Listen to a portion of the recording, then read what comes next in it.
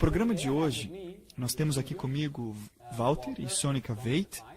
Eles vieram da África do Sul. Então, muito bem-vindo, Sônica, Walter. Obrigado. E nós vamos estar falando com eles aqui a respeito da sua vida e como Deus os encontrou na vida ordinária, no corre-corre, e como Deus os escolheu e agora está trabalhando com eles. E fique ligado para você ouvir alguma das experiências que eles têm para compartilhar para nós hoje. Então, eu entendo que ambos, quando eu falava com vocês na África do Sul, vocês não estavam conversando em inglês um com o outro. Tá certo. Vocês estavam falando afrikaans, certo? E tem outros idiomas que se falam lá na África do Sul, né? Tem um que vai mais ou menos assim, certo? Se chama Nossa. Oh, ok. Esse aí é difícil para mim entender. Mas tem muitas línguas, não só essa. 22, eu acho. Temos muitos idiomas. 11 idiomas oficiais na África do Sul. Uau, uma cultura realmente muito rica. E estou certo que alguns dos que estão assistindo podem se identificar com essa cultura, essa riqueza. Porque, claro, Deus é amante de toda a beleza, as culturas. Mas também eu escutei o Walter falando em alemão. Portanto, eu concluo que você vem da Alemanha. Não, eu nasci na África do Sul. Oh, ok. Eu até uso uma etiqueta onde está escrito Made in South Africa. Ok. Meu pai migrou da Alemanha para a África do Sul. Ele estava tentando manter o nariz sobre a água na época da grande inflação na Alemanha. Oh, ok. Ele se encontrou com minha mãe na África do Sul, que também acabaram de emigrar da Alemanha. E foi assim que eu aprendi o alemão, em casa. Ok. Cresceu, então, num lar alemão, mas na África do Sul. Na África do Sul, isso. E eu entendo que você estava dizendo que seu pai e a sua mãe, embora tivessem uma raiz alemã, eles não tinham o mesmo passado religioso. Sim, meu pai era católico romano. Ok, E, de fato, antes de ele ir para a África do Sul, ele estava considerando seriamente ir para o seminário. Portanto, ele era um católico romano bem roxo. Oh, uau! E a sua mãe compartilhava uma fé diferente, certo? Ela era protestante, era uma luterana. E quando se casaram, decidiram que não fariam da religião um ponto de controvérsia. E, na verdade, ele foi o primeiro que participou de um casamento duplo. Oh, uau! A minha mãe era gêmea. Ok. E ela queria desesperadamente se casar no mesmo dia em que sua gêmea se casaria. Oh, uau! No mesmo dia. E todos eram luteranos. Portanto, minha mãe e meu pai fizeram uma cerimônia na catedral da cidade do Cabo. E logo depois foram para a igreja alemã luterana e fizeram um casamento duplo. E eu acho que ele se encrencou com a igreja com isso. Olha!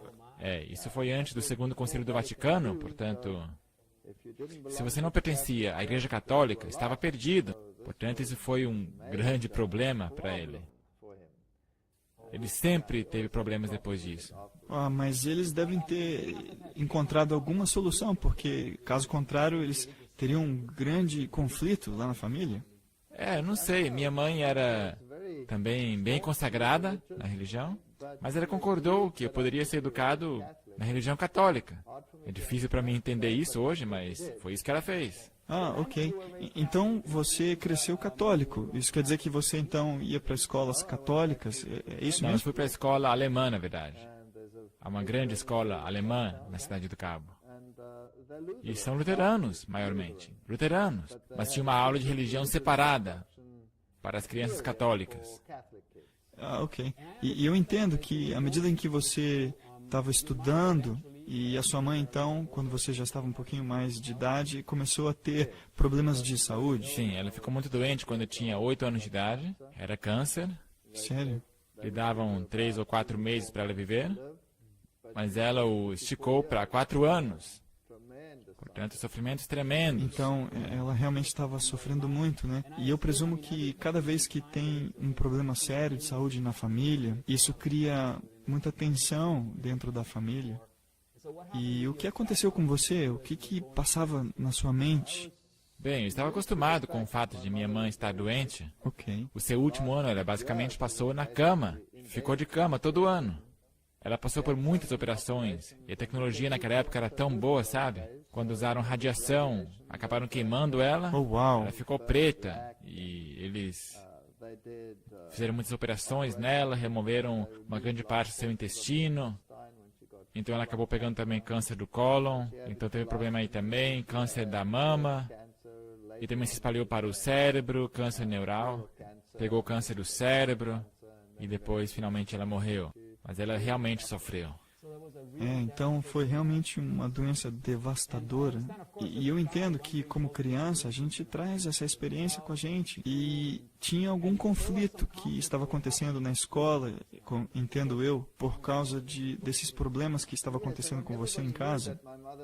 Quando todo mundo ficou sabendo que minha mãe basicamente estava no seu leito de morte, e a freira católica romana, que me deu instruções religiosas, ela era, como é que eu posso dizer, bem zelosa por sua fé. E, claro, cria que qualquer pessoa que não era católica romana estaria perdida. E talvez por preocupação por minha mãe, ela quis que ela se batizasse, se tornasse católica romana. E ela tentava todos os argumentos que achava para nos convencer de tornar ela uma católica romana. Ok, embora a atitude dela fosse positiva em relação à sua mãe, isso você não aceitou muito bem, você não entendeu essa questão muito bem. Não, eu não entendia que ela tinha dito que minha mãe iria para o inferno. Uau. E se você é um garoto entre 8 e 12 anos de idade, isso é tudo que você tem, é a tua mãe. E sabe que a qualquer momento ela pode estar morta quando você chega em casa. E agora ainda por cima, alguém diz que ela vai para o inferno, isso te enlouquece. E uma vez essa freira me deu água de Lourdes, e me disse que eu deveria aspergir isso sobre a minha mãe e orar por ela. Mas eu não sabia como fazer isso. Então eu contrabandeei essa garrafinha lá para dentro do quarto dela e conversei com ela. E eu fingi que era um acidente, que se derrubou essa água sobre ela. Ok. E claro, nada aconteceu, ela não melhorou. E finalmente eu comecei a ressentir o fato de que Deus a poria no inferno, porque era uma dama muito bondosa. Então eu fiquei com raiva. E eu quero dizer, algumas pessoas que passam por conflitos semelhantes, eles se tornam até criminais, se tornam por causa dessa ira, dessa amargura. E então estava acontecendo todo esse conflito entre pessoas que até poderiam estar bem intencionadas. Eventualmente sua mãe encontra o descanso no Senhor. Ela não abandona a fé e ela então descansa no Senhor. Então, o que aconteceu com você depois disso? Bem, isso aconteceu quando eu tinha 12 anos de idade. E as coisas basicamente foram de mal a pior. Meu pai finalmente se casou de novo. E se tratava daquela lendária madrasta. Sério? Eu era aquela criança bem rebelde, Sim, claro. que não gostava de ir para a escola, que odiava a escola. Agora, eu gostava de ciências. Mesmo quando criança, já antes de ter qualquer instrução nesta área, eu lia tudo que eu podia sobre astronomia, sobre ciência em geral. Eu não era uma criança normal, sabe, que lê histórias normais de criança. A minha prateleira estava cheia de material de ciência, astronomia, grandes, pesados livros que eu costumava pegar emprestado da biblioteca. Eu construía coisas, fazia experimentos biológicos. Acho que eu tinha 9 anos de idade quando construí meu primeiro telescópio. Oh, uau. Eu usei manuais de como construir um da biblioteca, réplicas, eu tentei construir um telescópio para ver as estrelas. Eu era estranho, era um garoto esquisito. Ok. Mas eu odiava o sistema da escola, professores, toda essa estrutura. Eu não conseguia me conformar com isso, de forma alguma. Então, quando meu pai se casou com a minha madrasta, ela não era mais bondosa comigo dentro de casa. E foi muito difícil, então, imagino. Então eles decidiram que eu deveria ir para o internato. Olha só, um trauma extra para você, imagino. Então eu saí de casa, fui para o internato, e aí foi ainda pior, porque o internato e a escola eram tudo a mesma coisa. E agora eu estava 24 horas baixo sua tutela. Então eu fugi da escola, fui para a montanha. Fui viver na floresta. E os professores vinham me procurar. Eu escalava os pinheiros, Uau! pegava pinhões e os jogava sobre os professores. Eu era um monstro, de fato. Oh, uau! O que aconteceu? O Senhor, obviamente, teve misericórdia. E como você saiu dessa? Então, finalmente, eles chegaram à conclusão de que isso aí não dava certo e que eu deveria abandonar a escola. E nessa época eu estava no 10º ano, ou indo para o 10º ano, acho que estava no 9º ano. Altamente rebelde. Eu nem sei como é que eu consegui passar de ano e suportar essas escolas. Eu ia bem nas matérias biológicas, mas cada professor que era chato comigo, já era. Eu nem abria o seu livro. Eu não me importava com o que estavam ensinando, eu nem escutava eles. E eventualmente decidiram que eu deveria abandonar a escola. Mas nessa época eu era tão rebelde que tudo que eles falavam eu fazia o contrário. Eu tinha um tio que era um diretor de escola e eu perguntei se eu podia vir para a escola dele. Ele não ficou muito feliz, mas ele conseguiu uma outra escola para mim. Na verdade, uma boa escola, na cidade do Cabo. Então eu mudei de escola. E não demorou muito e também ali eu arranjei problemas. Porque era uma escola bem conceituada, uma escola inglesa. E tinha um monte de judeus lá também. Oh, ok, justo. E eu era alemão. Oh, ok. Então isso não Não, bateu nessa muito. época ainda existia aquela animosidade anti-judeu e anti-alemã. E eu não buscava os problemas. Na verdade, nunca buscava os problemas primeiro. Mas quando problemas vinham em minha direção, eu tentava retribuí-los com juros, sabe? Eu não conhecia o conceito de oferecer a outra face. E havia uma turma de judeus que não parava de fazer bullying contra mim. Então eles me acusavam, passavam por mim e trombavam com o ombro em mim, me chamavam de garoto de Hitler.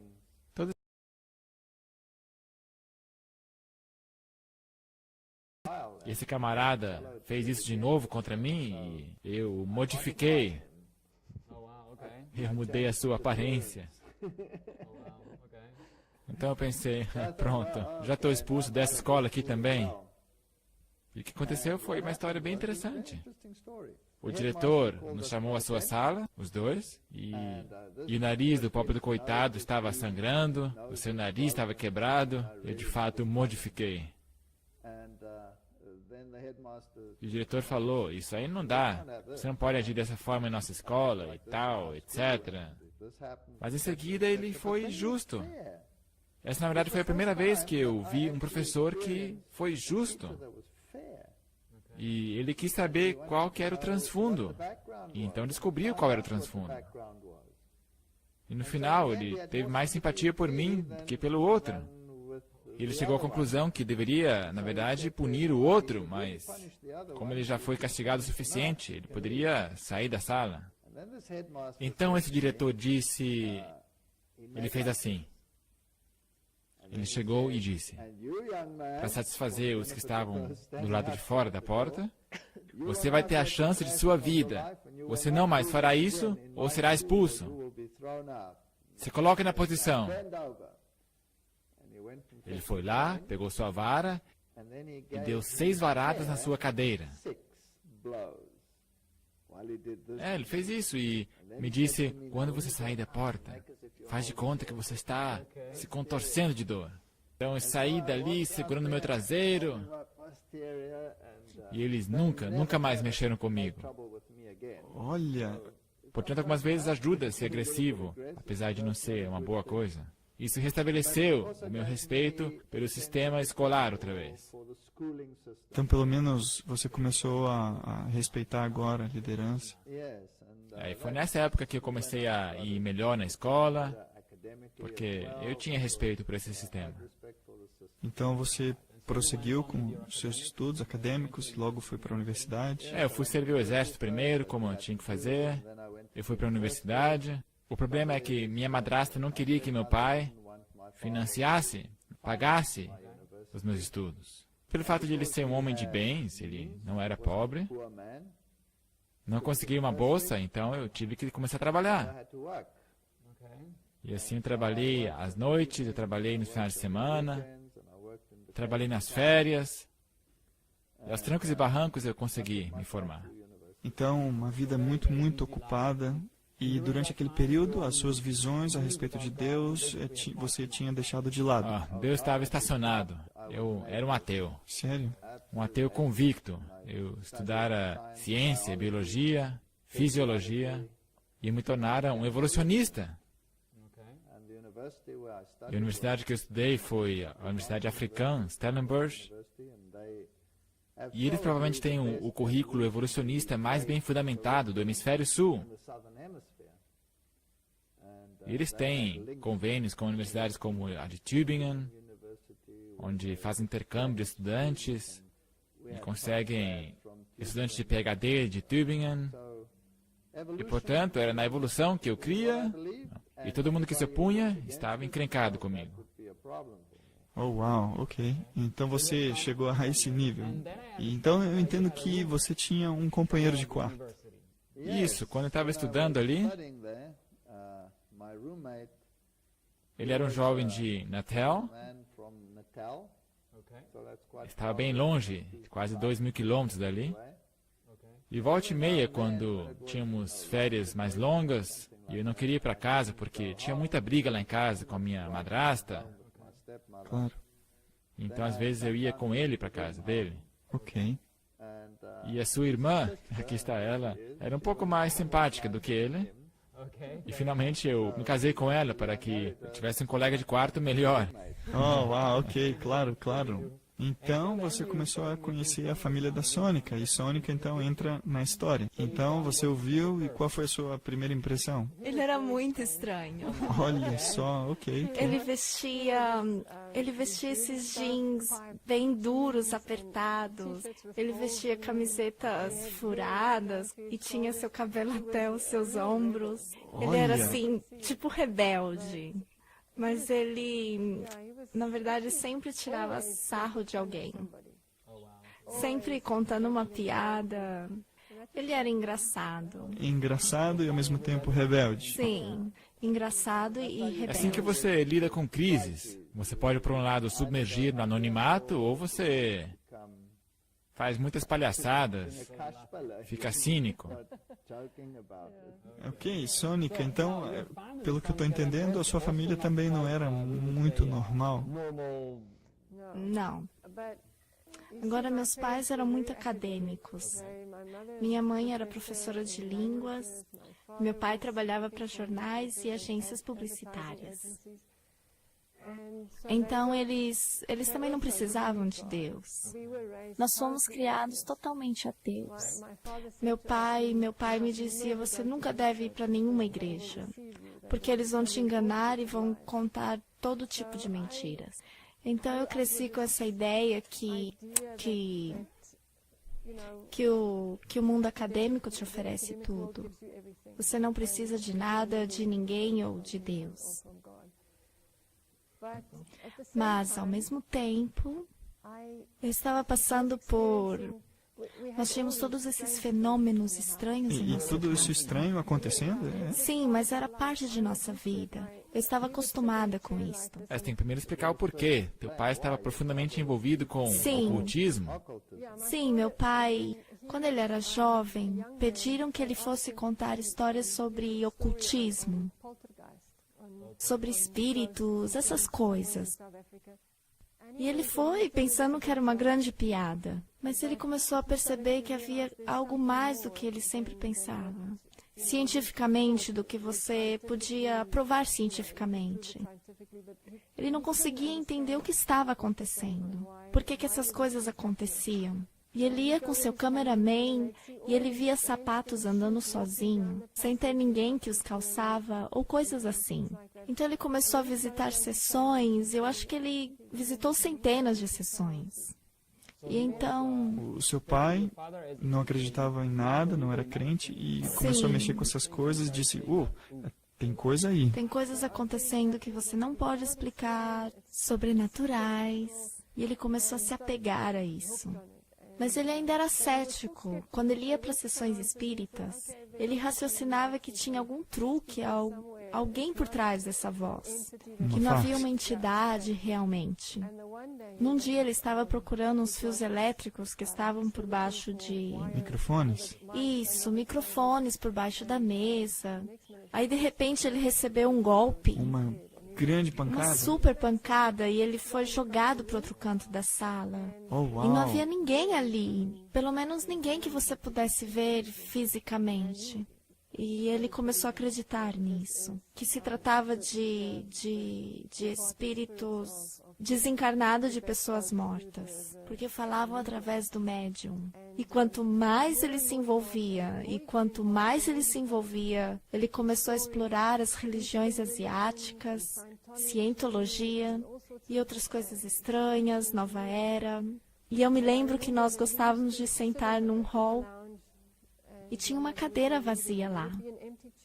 Então, de repente, alguém começava a respirar nessa cadeira. Então, de fato, se escutava alguém respirando Você numa cadeira vazia. sim, você podia ouvir, você podia ver um vulto, mas você não conseguia ver ninguém ali. Olha só, eu estaria correndo. Sim, mas eu estava acostumada com isso, porque eles diziam que era o avô. Ele nos está visitando. Uau, olha. Já tá, oi avô.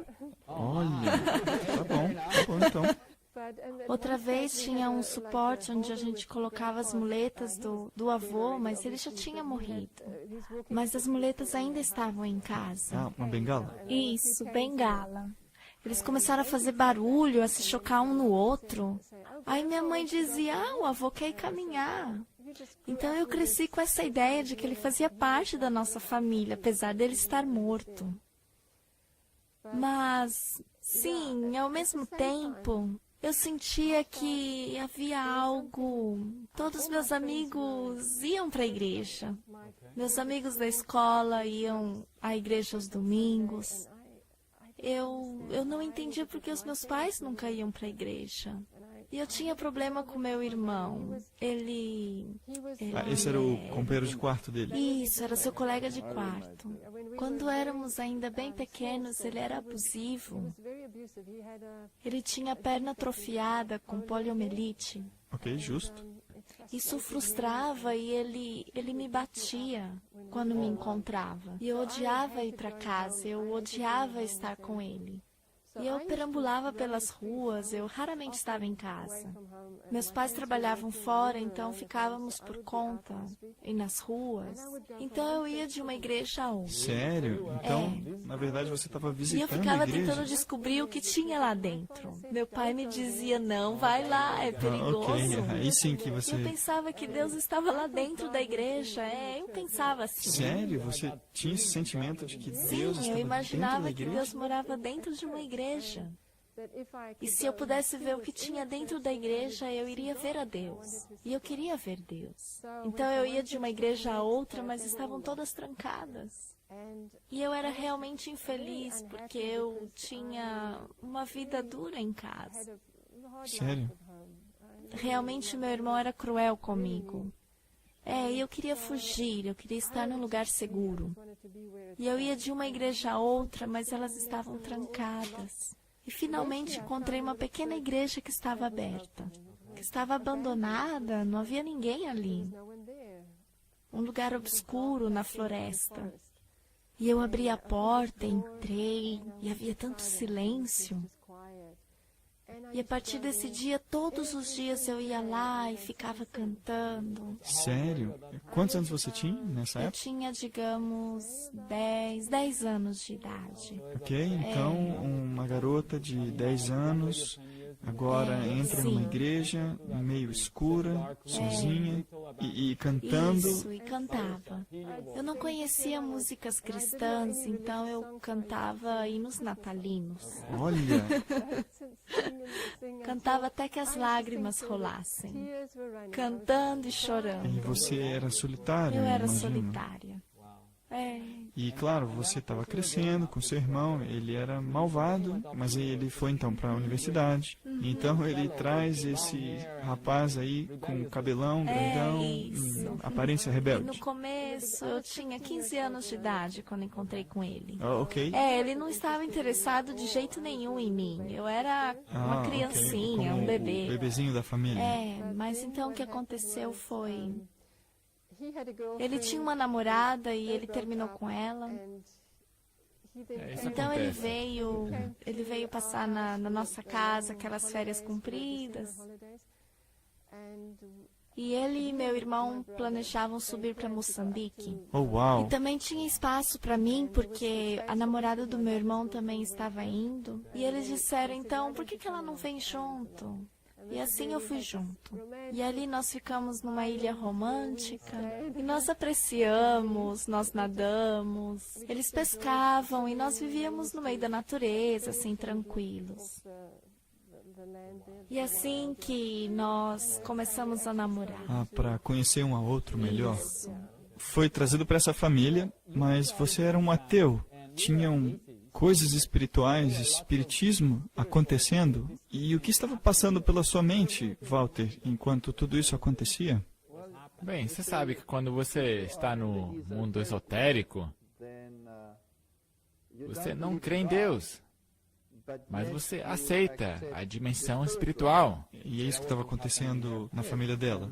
Então, basicamente, eu tinha muitas discussões com o irmão dela, que obviamente também estava profundamente envolvido, também envolvido com cientologia. Então, eu tinha muitas discussões com o pai dela. Ele, nessa época, era muito famoso nesse movimento da nova era. Naquela época, isso era algo novo. E ele foi um dos primeiros a, na verdade, trazer isso para o país. Oh, uau. E ele começou a imprimir livros. Ele produziu livros sobre sessões e espaço interior, o poder que vem de dentro, misturado com filosofias orientais. E como cientista, você diz, de fato, tem muitas coisas que eu não consigo explicar. Você pode pegar qualquer coisa, por exemplo, magnetismo ou gravidade, você pode medi-la.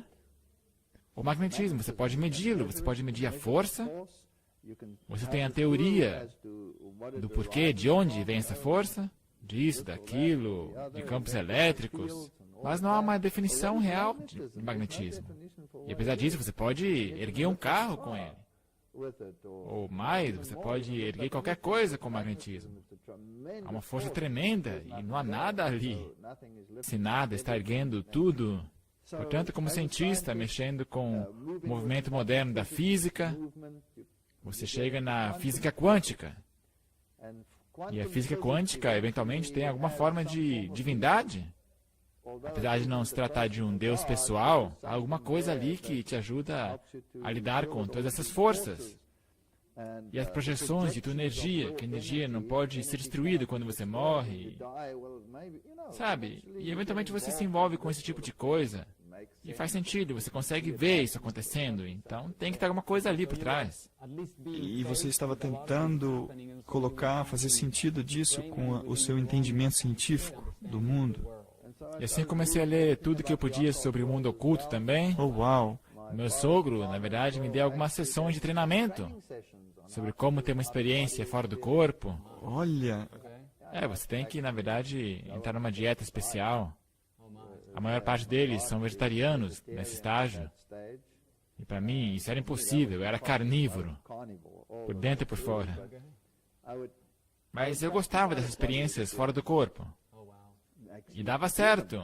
O que, na verdade, é arrepiante. assustador demais para Muito mim. mal Eu assombrado. não aconselharia ninguém. Não, de forma alguma. Não é o que a gente está promovendo de forma alguma. Ok, e o seu relacionamento estava progredindo e você começou a ensinar na universidade. E quando exatamente vocês se casaram?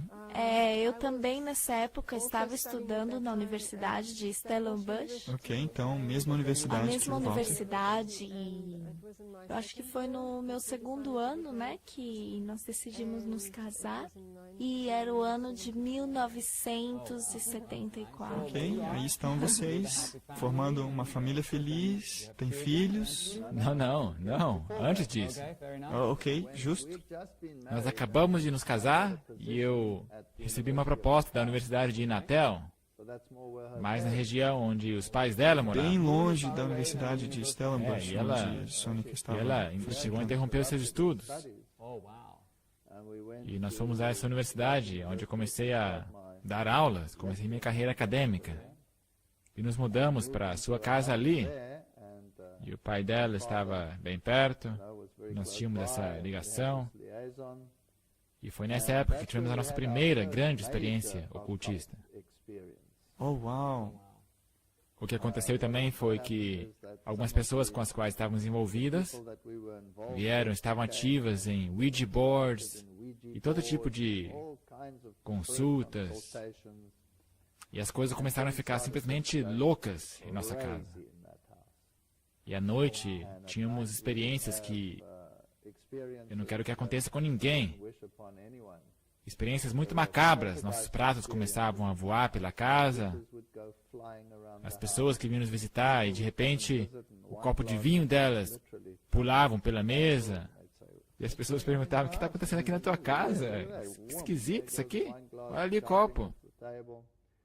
Mas sempre no fundo de sua mente você tenta explicar isso de uma forma natural. Tipo, alguém derrubou. E você racionaliza que esse mundo não existe. Mas aí chega um ponto que você tem que admitir que existe um mundo aí fora que não consegue explicar. E começou a afetar a nossa relação pessoal. Oh, wow. E nós tínhamos um cachorro, um grande Rottweiler. Ele chegava a ser parte de nossa família. Okay. E quando esses fenômenos começaram a acontecer em nossa casa, ele rosnava. Really? Ele olhava para alguma coisa fixamente e rosnava. E não havia nada ali. Pelo menos nada que você podia ver, né? Não. E uma noite nós voltamos à casa dos pais. E nessa época já estávamos bem, contemos a flor da pele, porque tudo que você pode imaginar que podia dar errado, dava Então errado. você começou a ficar com medo, porque tinha algo lá na casa que realmente estava lutando contra vocês. Sim. Aham. E uma noite eu fui para a cama, levantei o cobertor da cama, e nós ainda tínhamos caixas que estavam seladas da nossa mudança, quando viemos da cidade do Cabo, que ainda não tinham sido abertas. E numa dessas caixas fechadas estava alguns brinquedos dela da infância, e um deles era um gatinho preto de pelúcia, que estava dentro de uma caixa lacrada. E quando eu levantei o cobertor, ali estava o gatinho preto. Estava do meu lado da cama, debaixo do cobertor. E E ele pirou. isso foi o pingo d'água no balde. Então, o cientista aí Isso mesmo. já era, né? Nós fomos lá, buscamos essa caixa e pensamos, isso só pode ser um ladrão. Alguém que veio e que abriu as caixas e roubou coisas e tal. E nós pegamos essas caixas e vimos, e estava selada, não havia nada. Como é que esse gatinho saiu dessa caixa e foi para minha cama? Isso me deixou pasmo. Então eu tomei decisão, não, nós temos que fazer um exorcismo aqui nessa casa. Chega de física quântica, né? Agora você tem que voltar às suas raízes Agora católicas. meu transfundo católico Sim. começa a funcionar. Okay. Então primeiro, você não quer ter nada a ver com a igreja católica, certo? Porque você a descartou. Portanto, o pai dela veio. Então, primeiro você queria que o pai dela fosse lá, né? Então, Antes da o igreja. pai dela veio para casa e fez o que eles costumam fazer. Alho nos E cantos da alhos, casa. e fez o sinal do pentagrama em todo lugar. E ordenou que a paz entrasse nessa casa. E ficou pior. Oh, my. Ficou pior. Nós perdemos tudo. Todos os nossos pratos se lançaram por todo lugar. Bateram o carro. Meu carro, eu fui estacionar ele na garagem. Dentro da garagem, eu desliguei o carro, tirei a chave e o carro, com toda força, avança e bate na parede. Havia um verdadeiro tormento. Espectadores, segura aí que o Senhor Jesus realmente teve uma completa vitória na vida deles. Aqui não é a história completa, ok? Não, isso é só o começo. Portanto, finalmente, o sogro não conseguindo resolver esse problema, então, quem que poderá fazê-lo? E se costuma dizer, uma vez católico, para sempre católico. Eu fiz uso das minhas profundas raízes e me dirigi à igreja católica. Eu disse para o sacerdote, olha, eu estou com um problema na minha casa, será que você pode me ajudar? eu nunca mais fora para a igreja Por anos, né? por anos. E ele disse, claro, eu vou aparecer aí.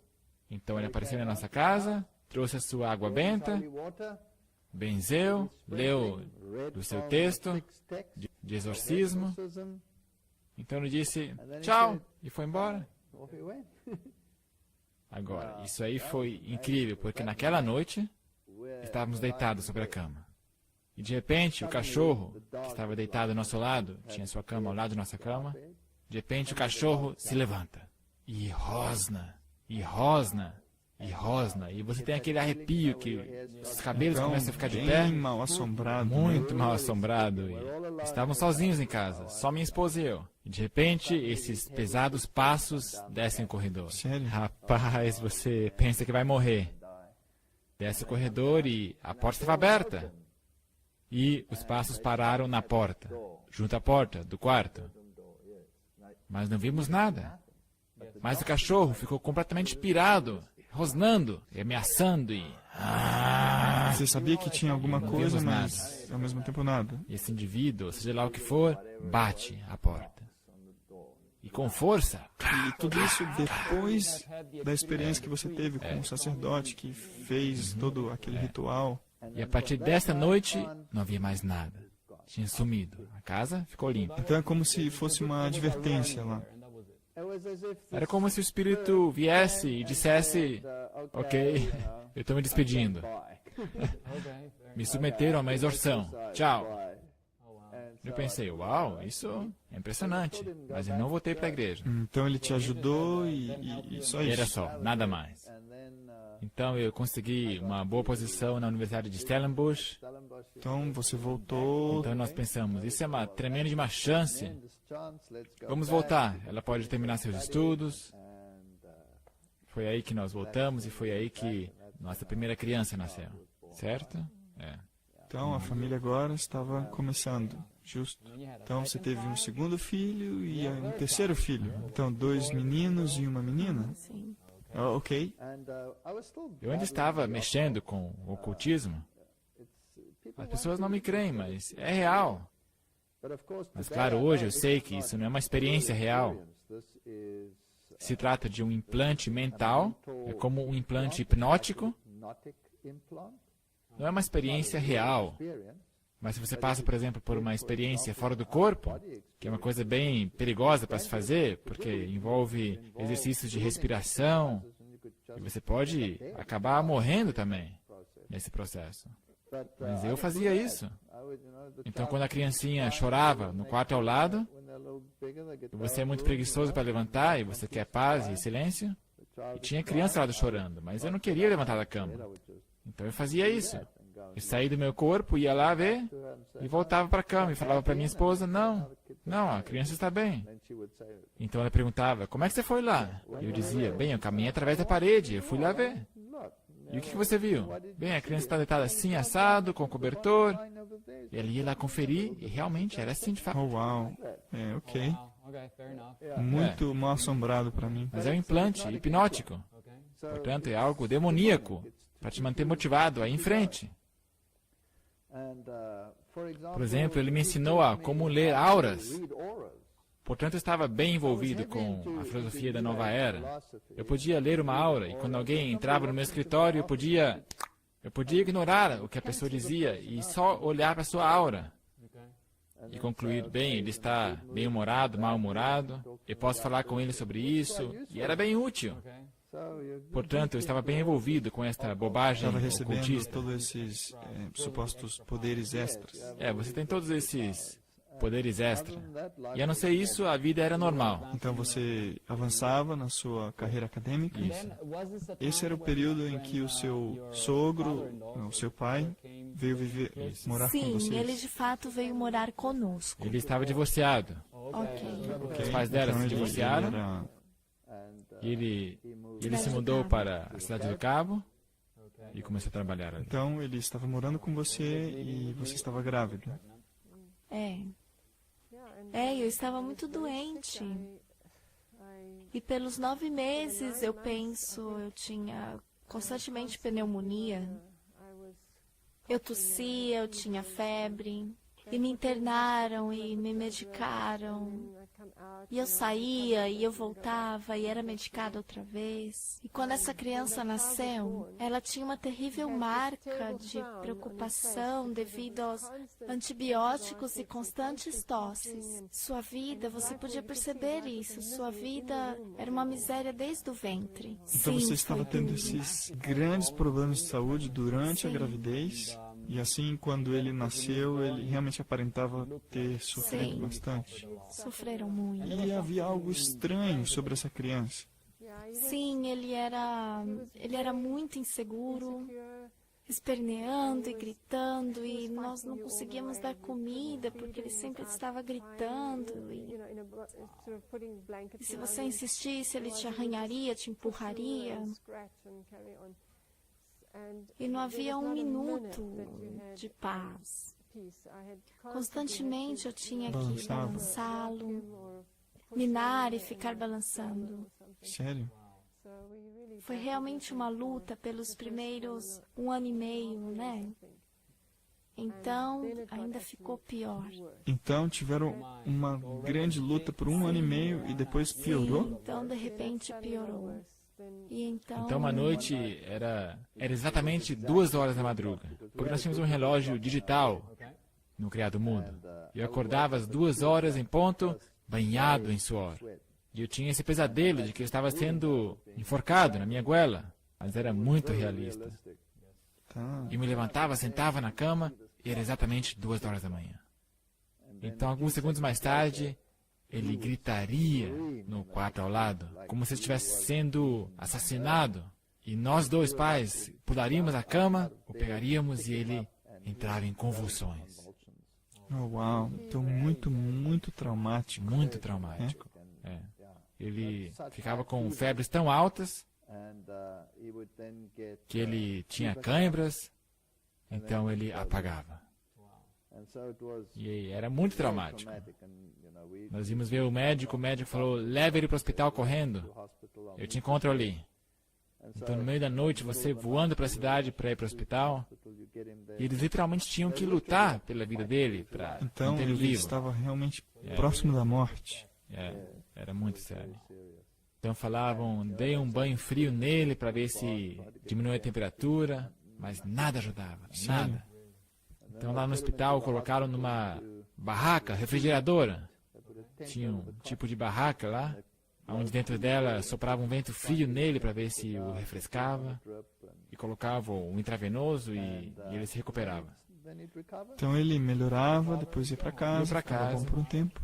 Então às 2 da manhã eu tinha o mesmo sonho, era repetitivo. Então, na mesma hora, 2 da manhã, Mesmo sonho, acontecia mesmo isso. resultado. E uma vez ou outra, quando entrávamos no hospital, eles nos diziam, eu acho que agora você chegou muito tarde. Tá. E isso foi muito traumático. Mas ele se recuperou toda vez. Uau, e o que você estava pensando como cientista na sua mente? Porque essas coisas não são compatíveis. Não cai a ficha, certo? Exatamente. Portanto, sabe, se você passa isso por uma vez ou duas, você racionaliza e pensa que isso é acaso. E eu desenvolvi uma fobia contra essas 2 horas da manhã. Eu estava assustado. Tinha um pavor das 2 horas da manhã. E nós nos revezávamos, ficando lá de plantão no hospital, através da noite. E era bem puxado, porque eu tinha que lecionar na universidade. Às vezes eu fico lá a metade da noite. E eu trabalhava lá. Eu levava a minha papelada lá para o hospital, me sentava ao lado da criança, até que chegasse a vez dela. E certa vez eu estava lá à noite, corrigindo algumas provas, trabalhos médicos. Ok, papéis. Eu estava corrigindo, sublinhando, e eu estava de olho no relógio, olhando às 2 horas, ficando apreensivo. De repente, às 2 horas, essa criança começa a gritar de uma forma incrível. 2 horas em ponto. E imediatamente entre convulsões sobre a sua cama.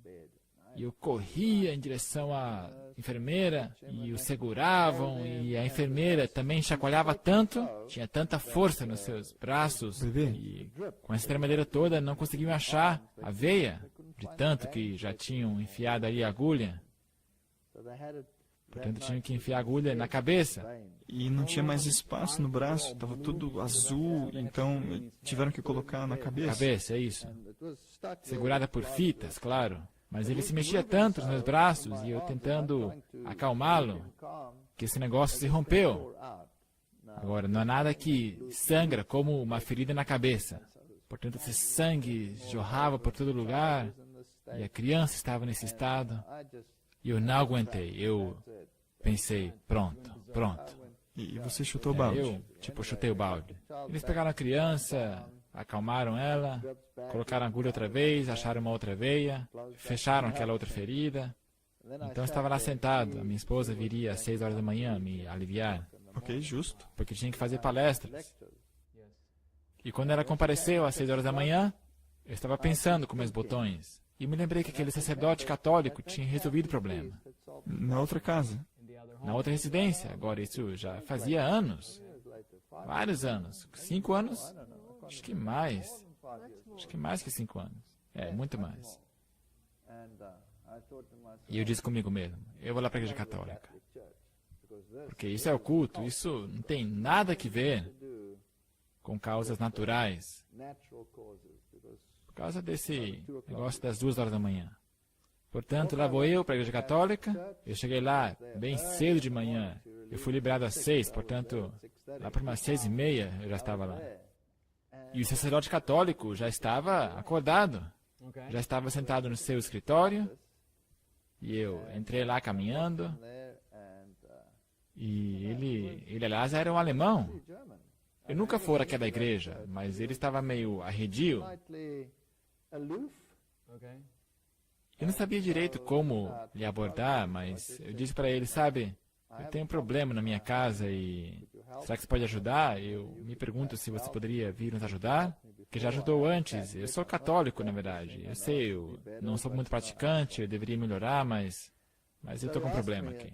Então ele me perguntou, como é que são as coisas na tua casa? São manifestações estranhas? Como é que é? Eu falei, sim. E eu disse, não, essa aí não é a minha área. Ele se recusou, imediatamente. Ele falou, eu não mexo com isso, mas me dá aí teu número, me dá o teu nome. Eu vou entrar em contato com um especialista e vou te procurar depois. Então, alguém especialista dentro da igreja católica, então isso. resolveria o seu problema. Então eu fui para casa e tomei banho, sei lá. Eu estava meio chateado, porque da última vez ele simplesmente veio e deu certo. E que negócio é esse agora? Por que ele não pode fazer isso? Mas, seja lá como for, era acho que na mesma tarde. Foi no mesmo dia. No mesmo dia. Eu tranquei meu escritório, voltei da universidade, hora do jantar. Então eu fui para casa jantar. Então eu estava me assentando quando o telefone tocou. E é um homem dizendo que ele é o exorcista-chefe da igreja católica, da catedral, e que por acaso ele estava no mosteiro ali perto. E me perguntava se eu queria ir lá para conhecê-lo. Ok, justo. Uau, isso é bem cortês. Ok, obrigado, eu vou estar lá. E lá fui eu descobri onde é que era. Agora, caminhando para dentro desse lugar, eu estava sozinho. A minha esposa não estava comigo, porque afinal de contas eu era o católico. Então ali estava esse homem. Era um senhor mais idoso, nos seus 70, eu assumo. Então ele me diz, sente-se. Ele me diz, eu escutei que o diabo está te atormentando na sua casa. Eu disse, sim, tá certo. Pensei comigo mesmo que ele ia me perguntar o que está acontecendo. Não. Fazer perguntas a você sobre o problema. Ele me diz, o diabo está tentando matar o teu filho mais novo. Assim, de forma direta. Dessa forma. Sem mesmo saber que você tinha um filho. Não? E eu também não tinha dito isso àquele sacerdote, porque era bem cedo de manhã e não falei nada sobre esses detalhes, o que acontecia de fato. Só mencionei que havia um problema e ele disse que voltaria a entrar em contato comigo. O seu nome, o seu número e só isso. Só isso. E agora esses homens estão dizendo que você tem um filho e ele é o problema, e eles estão tentando matá-lo. É. Eu disse, uau, como é que você sabe? E ele me disse, eu já sei disso por um bom tempo. Sério? Ele te disse isso? Eu disse, com licença, eu acho que isso não é possível. Ele deu uma risadinha e disse, sim, isso é possível. Oh, uau! Eu sei que o diabo está tentando matar o teu filho mais novo e que você precisa de um exorcismo muito especial na tua casa. Um exorcismo normal não vai funcionar, ele disse. Eu tenho que rezar uma missa de exorcismo na tua casa. Esta é a única coisa que vai resolver o teu problema. Então eu disse, uau, ok. Qualquer coisa que for preciso, estou disposto a fazer qualquer coisa. Ele disse, bem, eu preciso de uma permissão do bispo para fazer isso. Porque você não pode rezar uma missa numa casa qualquer assim, desse jeito. Você tem que ter permissão. Eu perguntei, ok, quanto tempo vai durar isso? Ele falou, eu já tenho essa permissão. Mostrou aqui um papel. Ele me mostrou uma folha assinada pelo bispo. Já estava assinada. Já assinada? Já estava assinada. Que ele podia fazer um exorcismo na minha casa, com uma missa. Uau, isso me deixou boquiaberto. Era o fim da oposição da minha parte. E eu disse, ok, mas tem problema. Eu não tenho sido um bom católico. Eu sou basicamente um ateu, isso e aquilo. Eu disse, isso não tem problema não. Agora você está aqui. E a tua esposa? Bem, ela também é uma ateia. Ela é da igreja protestante alemã. O que a gente pode fazer? Ele falou, bem, isso vai mudar. Oh, uau. Ele estava bem calmo. Positivo, tranquilo sobre toda a questão. Então marcamos um encontro. Ele foi lá para nossa casa. E qual foi a tua impressão dele? Ele tinha um porte muito digno, muito calmo e um tipo de pessoa muito gentil. E eu fiquei muito impressionada com o jeito que, apesar que ele não quis saber nada sobre nós, mas estava focalizado no que estava fazendo. Nem mesmo deu atenção ao bebê, eu acho que o neném nem estava lá. Se focou só no que ele tinha que fazer. Uma aparência de alguém digno, uma pessoa gentil. Uhum. Então ele pediu água.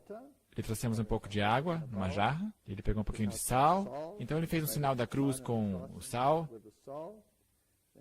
Disse o que tinha que dizer. Pegou esta salobra. Então ele se dirigiu a cada janela da casa e a cada porta. Pegou um pouquinho dessa água e fez uma cruz com esta água nas portas, sobre as janelas. E quando a água evapora, ficam esses cristais de sal. Cristais brilhando? Vagamente você podia reconhecer, porque não era uma solução muito concentrada. Então ele ia de quarto em quarto, fazendo o que ele tinha que fazer. Então quando ele chegou no quarto da criança, rapaz, pareceu que o inferno se abriu. Uma certa entidade o agarrou e começou a arrastar pelo quarto. Então você estava vendo ele sendo chacoalhado para tudo que é Eu pensei lado. que ele ia morrer. Olha, Sim, eu pensei que ele ia morrer. Eu corri para lá tentando ajudá-lo, mas ele nem sequer estava alterado. não? A criança estava sendo jogada para lá e para cá e ele simplesmente falando as coisas. Calma. Então ele foi para o próximo quarto, ele foi para o nosso quarto. Então uma coisa agarrou a criança de novo. Oh, uau. Então, no quarto do bebê e depois no seu quarto, começou a sacudi-lo. Certo. Então ele terminou e disse, ok, nós temos que rezar essa missa no quarto da criança, porque é ali que a situação estava pior. Então ele pediu uma mesa e a trouxemos, ele começou a colocar suas coisas ali. Então ele pegou um anel, que segundo ele continha uma relíquia, porque você tem que ter uma relíquia quando faz uma missa. Ok, justo. E ele também deixa o anel lá. E ao ele se preparar a rezar a missa, nós tínhamos 2 cachorros, um Rottweiler e um gato. E de repente, no fundo do corredor, você ouve esse tch. Os animais vieram voando. Vieram correndo, literalmente. E vieram e se sentaram numa meia-lua. Sério? Vieram e cercaram, como na Arca de Noé. Foi estranho. Sim. E ficaram observando. Todos lá sentados. Cachorro, gato, minha esposa e eu. O outro cachorro, ali assentados. E ele rezou a missa. Então ele pegou amuletos de Lourdes. Ele falou, pendurem estes sobre cada cama da criança. E ele ainda disse, não são falsificados, são autênticos. Então ele pegou a sua própria cruz, o que é admirável, porque era a sua própria cruz. E ele falou, pendure esta cruz sobre esta cama da criança. Então ele deu um grande presente para o bebê. Sim, ele colocou lá essa cruz. E você fala a tua parte.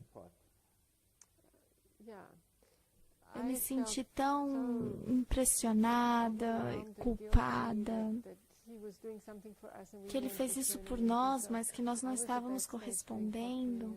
Nessa época eu mexia com cerâmica, e eu tinha um grande vaso bonito, o melhor que eu tinha feito.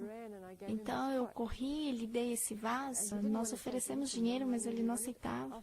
Tá bom, ele disse, eu aceito esse vaso e eu vou colocá-lo no mosteiro, ou melhor, no convento, onde as freiras nunca veem o mundo. Oh, uau, esse convento onde há uma reclusão, esses monges. Sim, ele colocaria e daria para eles. E ele ficou bem feliz com isso. Então, lá foi ele.